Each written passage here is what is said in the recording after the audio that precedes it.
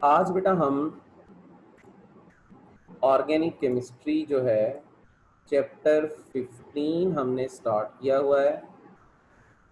आज हमारा डे 4 है और लेक्चर जो है वो हम थर्ड जो है वो बेसिकली उसे डिस्कस कर रहे हैं। ठीक है बेटा,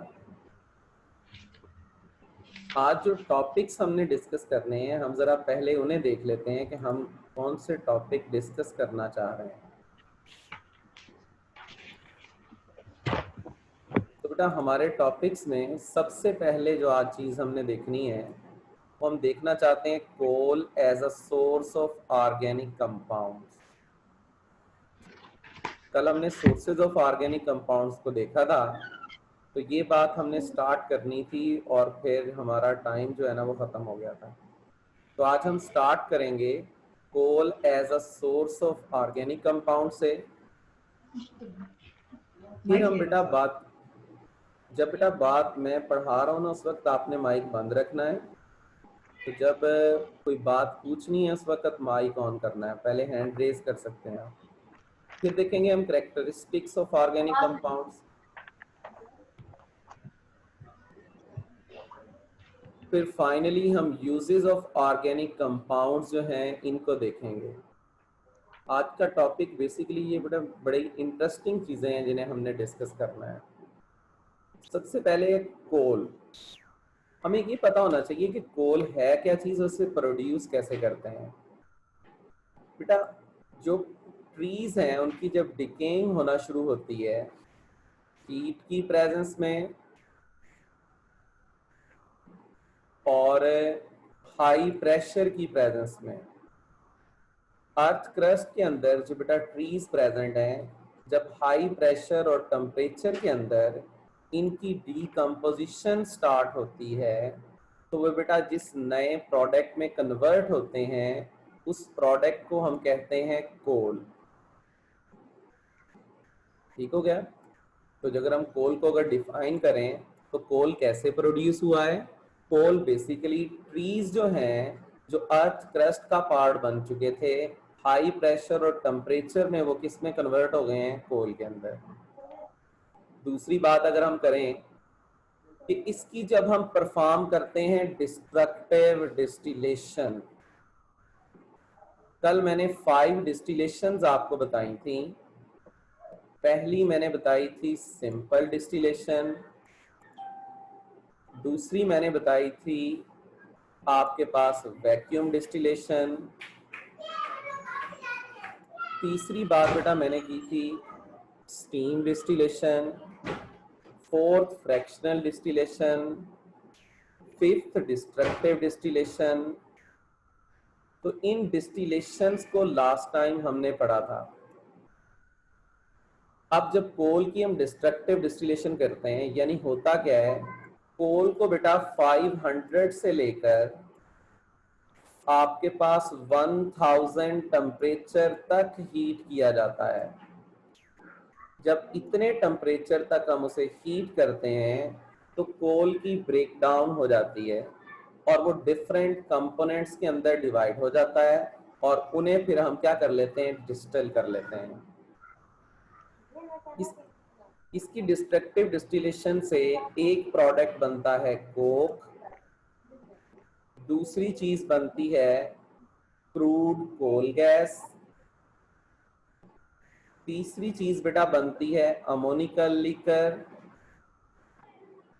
कार्बन गैस प्रोड्यूस होती है और कोल तार। ये 5 इंपॉर्टेंट फ्रैक्शंस हैं जो हमारे पास प्रोड्यूस होती हैं जब हम कोल की डिस्ट्रक्टिव डिस्टिलेशन परफॉर्म करते हैं। ठीक है बेटा। अच्छा जी, अब यहाँ पर हम इस मैप पे बेटा देखते हैं कि हम बात कर रहे हैं कोल की डिस्ट्रक्टिव डिस्टिलेशन की।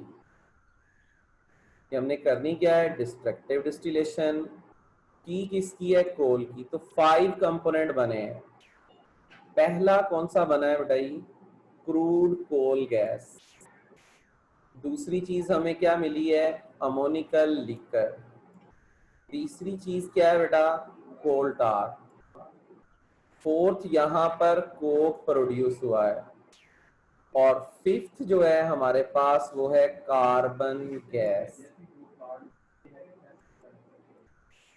अगर बेटा क्रूड कोल गैस की बात करें तो इसमें हमारे पास होता है मीथेन गैस होती है, इसमें हाइड्रोजन गैस होती है, इसमें कार्बन मोनोऑक्साइड होती है, और इसमें कुछ हमारे पास होते हैं हाइड्रोकार्बन्स जो वोलाटाइल नेचर के हैं।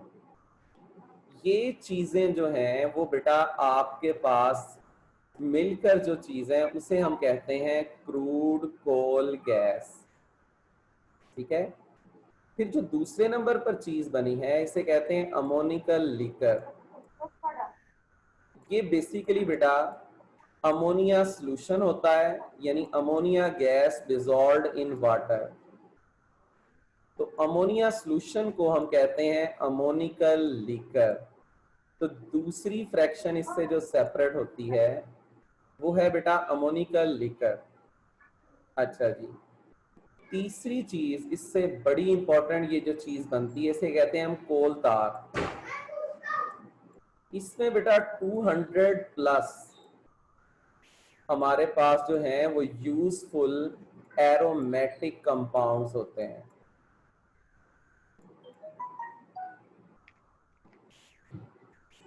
यानी बेंजीन रिंग और उसके डेरिवेटिव। अच्छा जी, एरोमेटिक्स कंपाउंड इसके अंदर जो है ना वो शामिल होते हैं।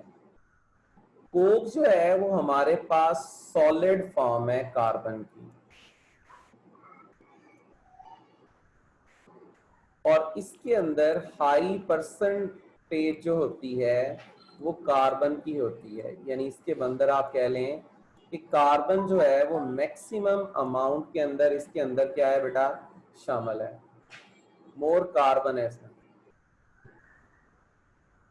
फाइनली जो कार्बन गैस की बात करते हैं इसमें बेटा कार्बन डस्ट भी होती है, इसमें कार्बन मोनोऑक्साइड भी होती है, इसमें कार्बन डाइऑक्साइड भी होती है। इसी तरह बेटा इसके अंदर आपके पास वाटर वेपर्स भी प्रेजेंट होते हैं। ये आपके पास जो है वो किस चीज के अंदर चीजें प्रेजेंट है बेटा, कार्बन गैस के अंदर। पहले मुझे बताएं आप लोग कि यहां तक जो मैंने बातें की हैं वो आपको पता चल गई हैं? Yes sir. अच्छा सर जी, ये कोल तार का बताइएगा दोबारा। ये जो कोल तार है इसमें 200 प्लस एरोमेटिक कंपाउंड्स होते हैं, और वो सारे कंपाउंड जो हैं वो बेंजीन और बेंजीन के डेरिवेटिव्स हैं। यानी उसमें इस तरह के आपको 6 मेंबर रिंग नजर आएंगे या उनके साथ कोई कंपोनेंट अटैच हुए होंगे। अच्छा जी, अब अगर क्रूड कोल गैस को फर्दर प्रोसेस किया जाए तो उसमें बेटा हमारे पास पहली चीज बनती है बेंजोल। बेंजोल में क्या चीज होती है, बेंजोल में होती है बेंजीन, और साथ आप कह लें टॉलोइन। ये चीजें इसके अंदर।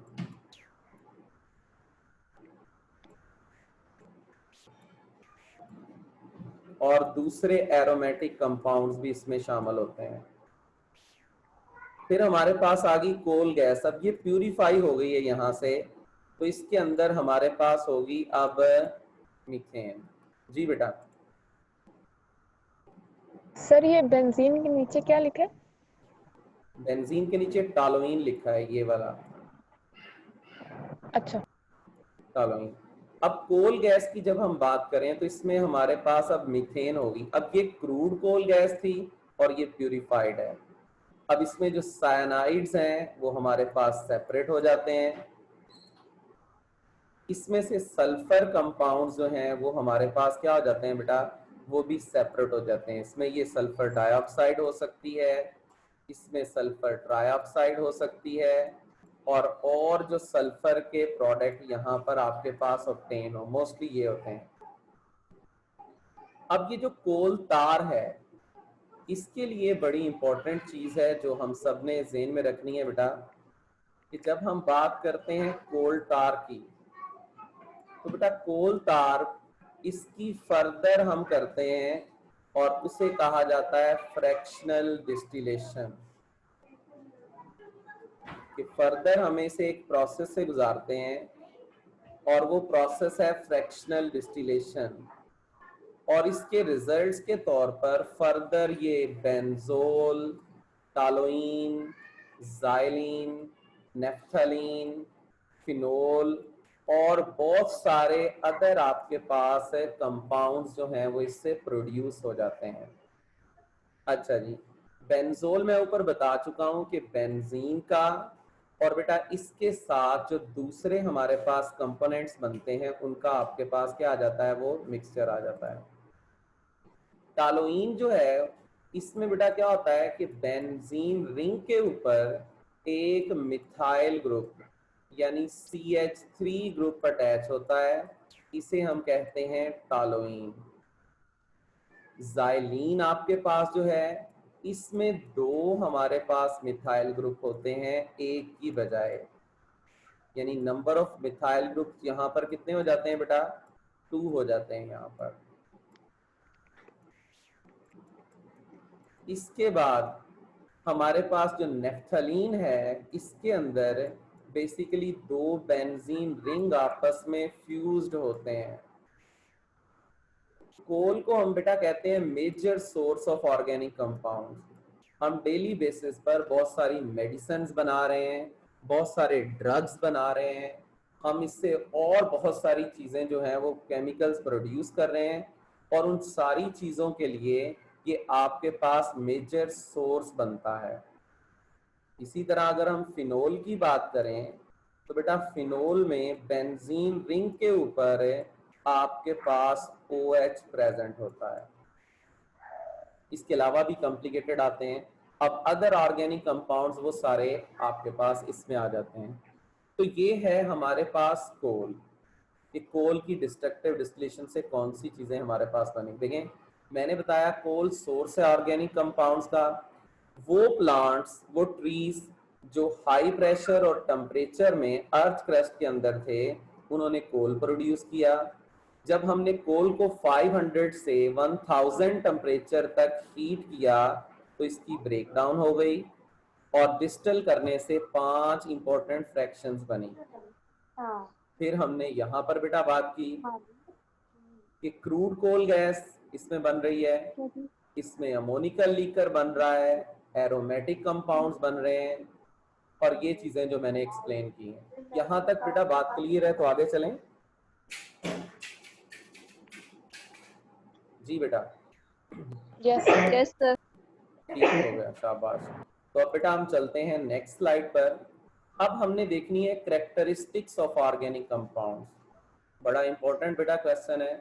सबसे पहली चीज जो है बेटा यहाँ पर वो हमने लिखी है कंपोजिशन, कि ये कंपाउंड हमारे पास ऑर्गेनिक कंपाउंड किस चीज से मिलकर बने होते हैं। बेटा इसमें सबसे पहला एलिमेंट होता है कार्बन। बेटा ये माइक उतनी देर ऑफ रखेंगे जितनी देर आपने बात नहीं पूछनी। जब बात पूछनी है तब माइक ऑन करना है। अब मैं ऑफ कर दूंगा तो फिर आप ऑन नहीं कर सकोगे, ठीक है बेटा। अच्छा जी, तो कार्बन सबसे इंपॉर्टेंट है इसमें पहला एलिमेंट।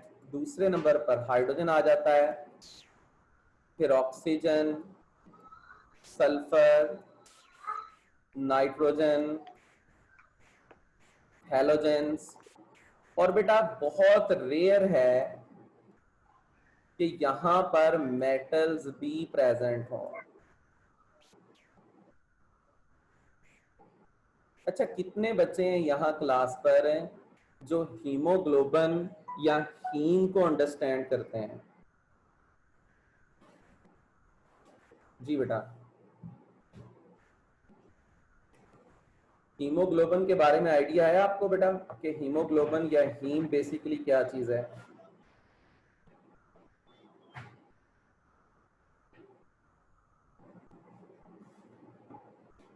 तो बेटा कंपोजिशन में सबसे पहले कार्बन है, फिर हाइड्रोजन है, फिर ऑक्सीजन है, सल्फर, नाइट्रोजन, हैलोजेंस, और रेयरली इनके अंदर मेटल्स भी आपके पास प्रेजेंट है। हीमोग्लोबिन के अंदर आयरन प्रेजेंट होता है, इसीलिए जो एथलीट्स होते हैं या बेटा जो लेडीज होती हैं उनके अंदर आयरन की डेफिशिएंसी आ जाती है, तो अक्सर उस डेफिशिएंसी को पूरा करने के लिए फिर जो है वो ड्रिप्स इंजेक्ट की जाती हैं। ठीक है। सेकंड अगर इसमें बेटा बात करें तो वो हमारे पास है कंबस्चन। ऑर्गेनिक कंपाउंड में मैक्सिमम अमाउंट में कार्बन होता है, तो कार्बन होने की वजह से ये आसानी से बर्न करते हैं और बर्न होने के बाद, ठीक है, ये ब्लैक सूटी फ्लेम जो है वो प्रोड्यूस करते हैं, और वो सूटी फ्लेम या स्मोक उतना ज्यादा होता है जितनी कार्बन की अमाउंट उसके अंदर ज्यादा हो। अगर हम आ जाएं बेटा मेल्टिंग एंड बॉइलिंग पॉइंट्स के ऊपर, तो ऑर्गेनिक कंपाउंड्स के मेल्टिंग और बॉइलिंग पॉइंट्स जो हैं वो बेटा लो होते हैं। इनके मेल्टिंग और बॉइलिंग पॉइंट्स हाई नहीं होते बल्कि वो लो होते हैं, और ज्यादातर ये वोलाटाइल होते हैं। वोलाटाइल बेटा हर उस लिक्विड को कहते हैं जो बड़ी आसानी से गैस फेज के अंदर शिफ्ट हो जाए। मसलन ये कंटेनर है और इसके अंदर ये मैंने लिक्विड रखा हुआ है, और ये लिक्विड अगर वेपोराइज हो किसके अंदर, गैस के अंदर, और वो क्या चीज प्रोड्यूस कर दे बेटा, गैस प्रोड्यूस कर दे, तो ये जो प्रोसेस होगा इस नेचर को हम कहते हैं वोलाटाइल। जो जितनी आसानी से गैस में शिफ्ट हो जाए उसकी वोलाटाइल नेचर उतनी ज्यादा होती है। तो ऑर्गेनिक कंपाउंड मोस्टली वोलाटाइल होते हैं, जिसमें आप परफ्यूम ले लें बात, आप पेट्रोल की बात कर लें, आप डीजल की बात कर लें, आप केरोसिन ऑयल्स की बात कर लें, आप इसके अलावा बहुत सारे हमारे पास एंटीसेप्टिक लिक्विड्स हम इस्तेमाल करते हैं। आजकल कोविड-19 की वजह से हैंड सैनिटाइजर्स इस्तेमाल किए जाते हैं अल्कोहल बेस्ड, वो भी बड़ी आसानी से क्या हो जाते हैं, वेपोराइज हो जाते हैं। ये सारे के सारे कौन से कंपाउंड हैं, ऑर्गेनिक। फिर बात बेटा हम करते हैं इसकी सॉल्युबिलिटी की। ऑर्गेनिक कंपाउंड ज्यादातर सॉल्युबल हैं किसके अंदर, नॉन पोलर में। ज्यादातर ये सॉल्युबल हैं किसके अंदर, नॉन पोलर के अंदर। लेकिन बेटा कुछ हमारे पास ऐसे भी होते हैं जो किसके अंदर सॉल्युबल हैं, पोलर के अंदर। मसलन आप बेटा एथानॉल ले लें, यानी शराब की बात में बेटा कर लेता हूं, जो ड्रिंकिंग पर्पस के लिए यूज की जाती है। ये एक ऑर्गेनिक कंपाउंड है, लेकिन हर कंसंट्रेशन में वाटर के अंदर सॉल्युबल है। तो ज्यादातर ऑर्गेनिक कंपाउंड नॉन पोलर में डिसॉल्व होते हैं, लेकिन कुछ ऑर्गेनिक कंपाउंड्स ऐसे भी हैं जो पोलर लिक्विड्स के अंदर भी क्या हो जाते हैं, डिसॉल्व हो जाते हैं।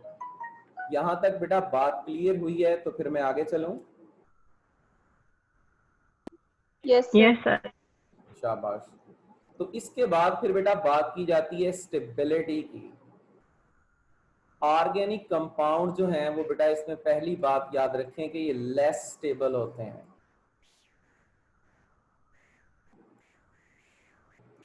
लेस स्टेबल कैसे बेटा, मिल्क की कंपोजिशन में मेजरली ऑर्गेनिक कंपाउंड्स हैं। आप सनलाइट में प्लेस करें, आफ्टर 3 to 4 आवर्स जो है उसकी कंपोजिशन चेंज हो जाएगी, वो एक नई कंपोजिशन में चेंज हो जाएगा जिसे हम ड्रिंकिंग पर्पस के लिए इस्तेमाल नहीं करेंगे। आप दही को ज्यादा देर के लिए प्लेस कर दें, उसका टेस्ट चेंज हो जाएगा। आप एग लें, उसे सनलाइट में प्लेस कर दें, वो क्या हो जाएगा बेटा जी, आपके पास डैमेज हो जाएगा। और आपको एक बात बेटा याद होगी कि जब अगर किसी पेशेंट को फीवर होना शुरू हो जाए तो डॉक्टर का जो प्राइमरी गोल है वो होता है मिनिमम टाइम के अंदर उसका फीवर जो है उसे खत्म करना, क्योंकि हमारी बॉडी के अंदर बहुत सारे एंजाइम्स हैं और बहुत सारे केमिकल्स हैं जो हमें अलाइव रखते हैं। जब हमारा बॉडी टेम्परेचर ज्यादा ड्यूरेशन के लिए हाई रहता है तो वो सारे कंपाउंड्स डैमेज होना शुरू हो जाते हैं। जब वो कंपाउंड्स बेटा डैमेज होते हैं तो इसका मतलब क्या है कि जो ऑर्गेनिक कंपाउंड्स हैं वो स्टेबल नेचर के नहीं होते, बल्कि ये लेस स्टेबल हैं। अच्छा जी, इसके बाद हम बात कर लेते हैं बेटा जी इलेक्ट्रिकल कंडक्टिविटी की। अच्छा देखें, इसमें सबसे ज्यादा था बेटा कार्बन, फिर हाइड्रोजन, फिर ऑक्सीजन, फिर सल्फर, फिर नाइट्रोजन, फिर हेलोजेंस, और बहुत कम केस था कि मेटल्स प्रेजेंट होती हैं। ये सभी नॉन मेटल्स हैं और ये इलेक्ट्रॉन शेयर करते हैं। अगर इलेक्ट्रॉन शेयर किए जाएंगे तो वो अवेलेबल नहीं होंगे फर्दर इलेक्ट्रिसिटी को कंडक्ट करने के लिए।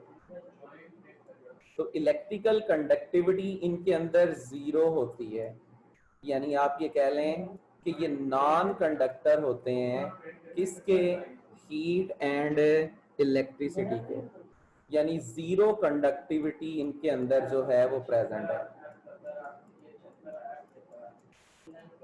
ये बात बेटा जी आपको, आपने अंडरस्टैंड कर ली है?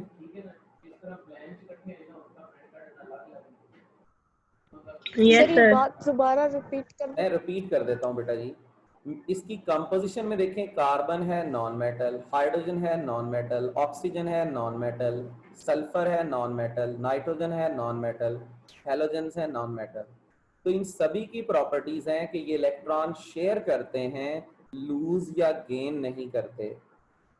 तो जब इनके पास कोई फ्री इलेक्ट्रॉन प्रेजेंट नहीं होगा तो इलेक्ट्रिकल कंडक्टिविटी भी हमें नजर नहीं आएगी। तो हम कह देते हैं कि इनके अंदर इलेक्ट्रिकल कंडक्टिविटी जीरो होती है। हाँ, अलबत्ता हीमोग्लोबिन के अंदर ये नजर आएगी। हाँ जी। अच्छा जी, 7th नंबर पर बेटा हम बात करते हैं इसमें सोर्सेस की, कि जो हमारे पास ऑर्गेनिक कंपाउंड्स हैं इनका सोर्स क्या है, कि ये हमें मिलते कहाँ से हैं। ये बात हम पहले भी कर चुके हैं कि ये हमें मिलते हैं लिविंग से या वंस लिविंग से। कि काऊ जिंदा है तो वो दूध दे रही है, उससे आप चीज बनाएं, योगर्ट बनाएं और डेयरी प्रोडक्ट सारे बनाना शुरू कर दें। आप उसे स्लाटर हाउस में ले जाएं तो आपको मीट मिलेगा, उसमें प्रोटीन्स होंगे, कार्बोहाइड्रेट्स होंगे, तो वो भी आपके पास सोर्स है। यानी लिविंग और वंस लिविंग वाली बात हो गई। अब ये बात बेटा क्लियर हुई आप लोगों को? और फाइनली हम इसमें बेटा बात करते हैं, और वो बात की जाती है रेट ऑफ रिएक्शन की, कि जो हम रिएक्शन करवाते हैं उसकी स्पीड। अगर बेटा हम अपनी एज की बात कर लें, ठीक है, तो हमारा बॉडी स्केलेटन डेवलप होने के लिए 17 to 18 मिनिमम ईयर्स रिक्वायर्ड हैं। इससे हमें क्या पता चलता है कि जो रेट ऑफ रिएक्शन है ऑर्गेनिक कंपाउंड्स का वो स्लो होता है, यानी ये ज्यादा स्पीड से रिएक्शन प्रोसीड नहीं होते। इनऑर्गेनिक रिएक्शंस की नेचर बड़ी फास्ट होती है, लेकिन जब आप ऑर्गेनिक कंपाउंड्स के रिएक्शन करवाते हैं तो वो बेटा बड़े स्लोली प्रोसीड होते हैं। इनके रिएक्ट करने की स्पीड ज्यादा नहीं होती। हमें अगर लैब के अंदर कोई मेडिसिन बनानी पड़े, हमें कोई ड्रग्स बनानी पड़े, तो बेटा उसके लिए हमें बहुत सारा ड्यूरेशन रिक्वायर्ड होता है। इनके मल्टीपल स्टेप्स होते हैं, इनके अंदर जो है वो एक्टिव साइट प्रेजेंट होती है, वहीं पे रिएक्शन होता है, और ये टाइम कंज्यूमिंग प्रोसेस है। अब फाइनली बेटा हमने बात करनी है किस चीज की, यूजेस ऑफ ऑर्गेनिक कंपाउंड्स की, कि ये जो ऑर्गेनिक कंपाउंड्स हैं इनको हम कहाँ कहाँ पर यूज कर सकते हैं, इस चीज को देखना है। सबसे पहले हमारा फूड, हम जो खा रहे हैं चीजें वो सारी की सारी ऑर्गेनिक हैं। मसलन एक एग्जांपल मैं ले लेता हूँ, प्रोटीन। हम प्रोटीन जो है वो इस्तेमाल करते हैं खाने में, हमें कार्बोहाइड्रेट्स रिक्वायर्ड हैं, हमें अपनी इम्यूनिटी को बिल्ड करने के लिए, जिसका आजकल सबसे ज्यादा चक्कर चल रहा है, उसके लिए हमें जरूरत होती है विटामिन्स की। तो ये कौन से कंपाउंड्स हैं, ऑर्गेनिक हैं। हमें अपनी बॉडी में सभी फंक्शंस को प्रॉपरली रेगुलेट करने के लिए इनके साथ साथ लिपिड्स की भी जरूरत होती है। ठीक है, तो ये सारे के सारे जो हमारे फूड के अंदर ये चीजें आती हैं वो बेटा कौन सी हैं? आपके पास ऑर्गेनिक कंपाउंड्स हैं। आप क्लॉथिंग में आ जाए बेटा जी, आपके पास जो कॉटन है वो बेसिकली आपके पास क्या है? सेलुलोज है। तो ये हमारे पास कौन सा कंपाउंड है? ऑर्गेनिक। इवन आजकल बेटा ये जो रिसर्च है वो इतनी ज्यादा इम्प्रूव कर गई है कि हम मिल्क के अंदर से जो एक्स्ट्रा मिल्क अगर किसी कंट्री में प्रोड्यूस हो तो उस मिल्क के अंदर से हम शुगर को एक्सट्रैक्ट करते हैं, उस शुगर को हम कन्वर्ट कर लेते हैं फाइबर के अंदर, और उस फाइबर से आगे हम क्लॉथिंग करते हैं। ये सारी चीजें इसके अंदर आ जाती हैं। हम अगर शेल्टर की बात करें तो बेटा हमारे घरों में सबसे ज्यादा वुड इस्तेमाल हो रही है। वुड के अलावा आजकल अगर आप देखें तो हमारे घर में बहुत सारे सिंथेटिक पॉलीमर्स प्रेजेंट हैं। तो ये जो पॉलीमर्स हैं ये सारे के सारे वो किस नेचर के हैं? वो ऑर्गेनिक नेचर के हैं।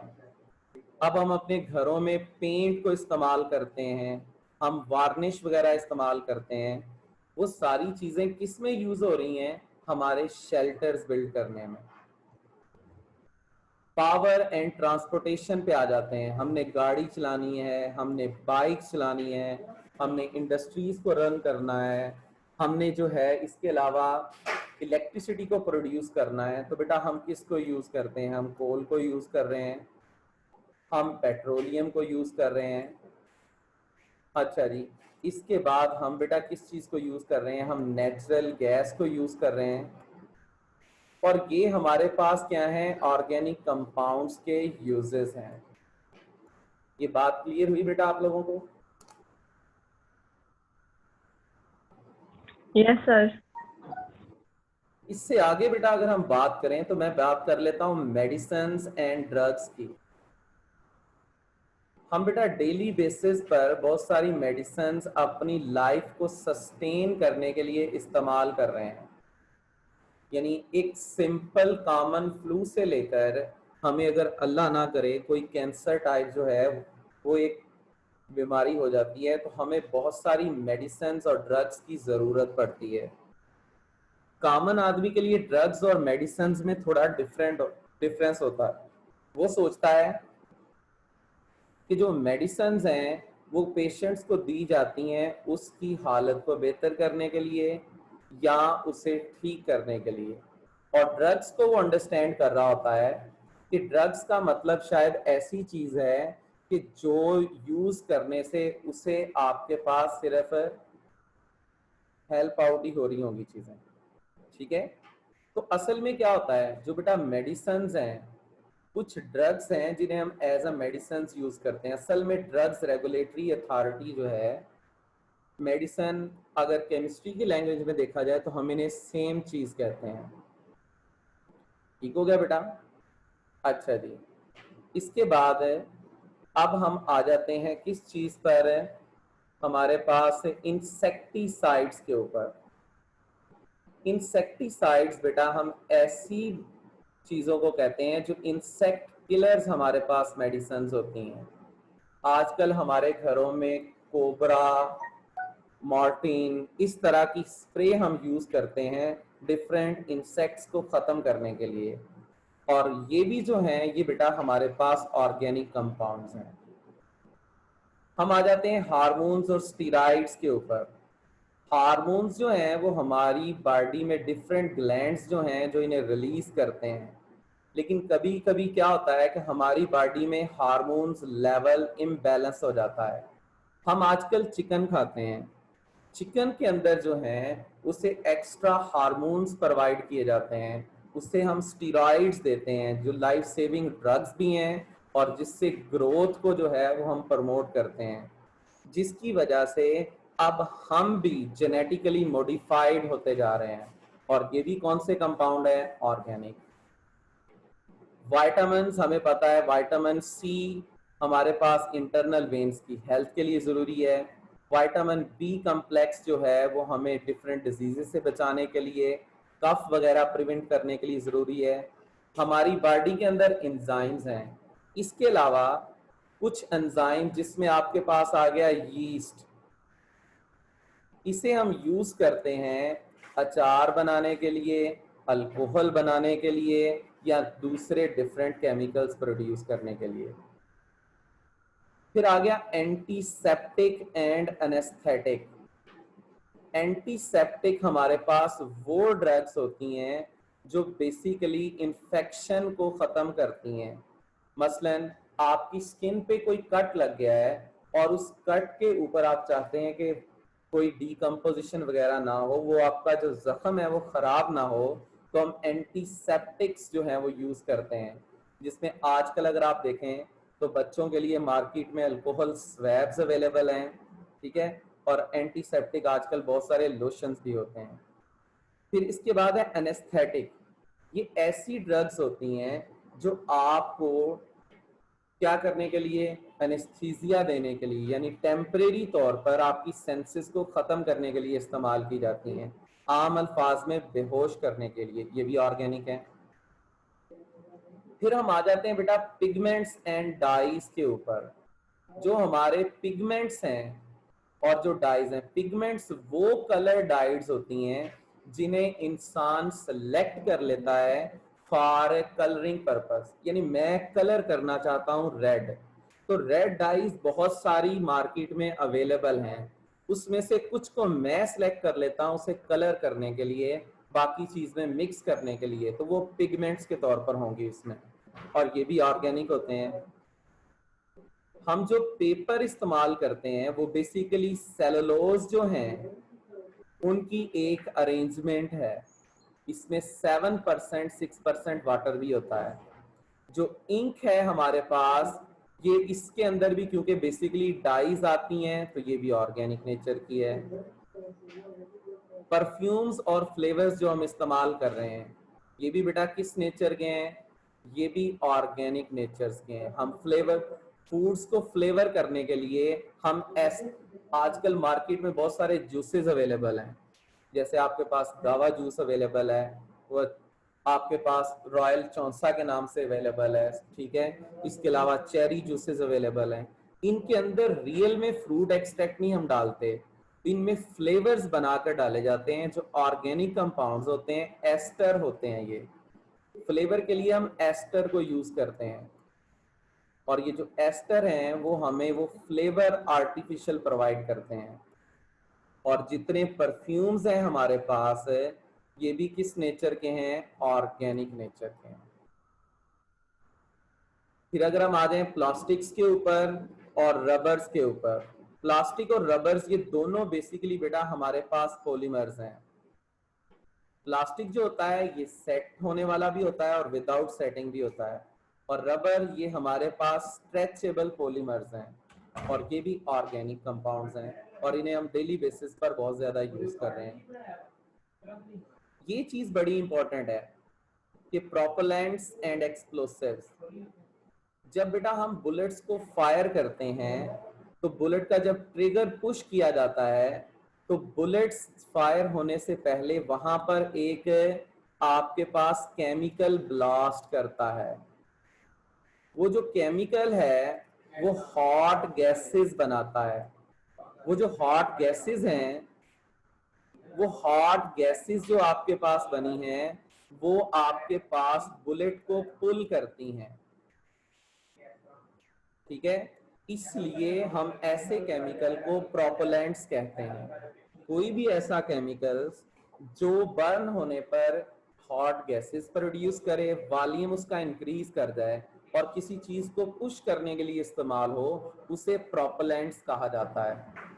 और इसी तरह जो हम एक्सप्लोसिव्स बनाते हैं वो भी हमारे पास बेसिकली क्या है? ऑर्गेनिक कंपाउंड्स, जिसमें आ जाता है TNT। इसे हम कहते हैं trinitrotoluene. TNT trinitrotoluene. अगर बेंजीन पर CH3 लगाएंगे तो टॉलोइन, और अगर इस पर बेटा 3 नाइट्रो ग्रुप अटैच कर दिए जाएं NO2, और ये बेटा कितने टाइम्स, 3 टाइम्स, तो ये हमारे पास होती है ट्राई नाइट्रोटॉलोइन, जिसे TNT भी कहते हैं।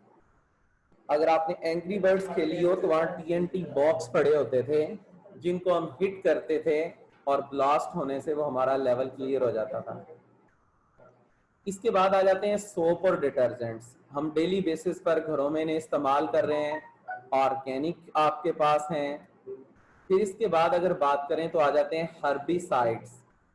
हर्बिसाइड्स ऐसे केमिकल होते हैं जिस, मसलन मैं चाहता हूं बेटा गंदम में काश्त करूं, और गंदम के साथ बहुत सारी हर्ब्स पैदा हो रही हैं जो मेरी यील्ड को कम कर रही हैं, यानी मेरी गंदम की अमाउंट को कम कर रही हैं, मेरी सॉइल की न्यूट्रिशन जाया कर रही हैं, तो फिर बेटा मैं उसे यूज कर लेता हूँ।